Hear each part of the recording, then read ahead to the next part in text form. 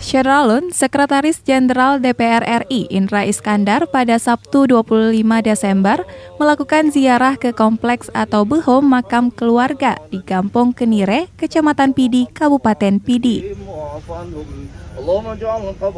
Dalam kunjungan pulang kampung itu, Sekjen DPR RI bersama rombongan tiba pada pukul 17.30 waktu Indonesia Barat dari Banda Aceh dengan menempuh perjalanan darat sekitar 112 km.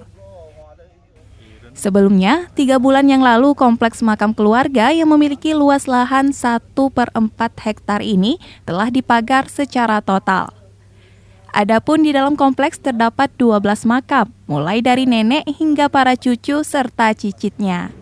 Indra Iskandar bersama pihak keluarga melakukan hajatan doa bersama yang dipandu pimpinan Dayah Tengku di Anjong, Kampung Kenire, Tengku Iskandar.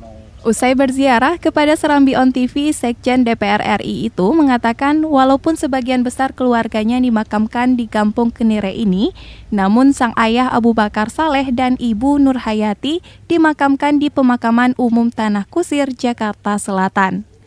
Selain berziarah, Sekjen DPR RI yang merupakan putra asli Aceh ini mengakui rindu mencicipi kuliner khas Aceh seperti kuah pliu, timpan, kuah asam kueng, ikan pepes atau paye, serta berbagai jenis makanan lainnya.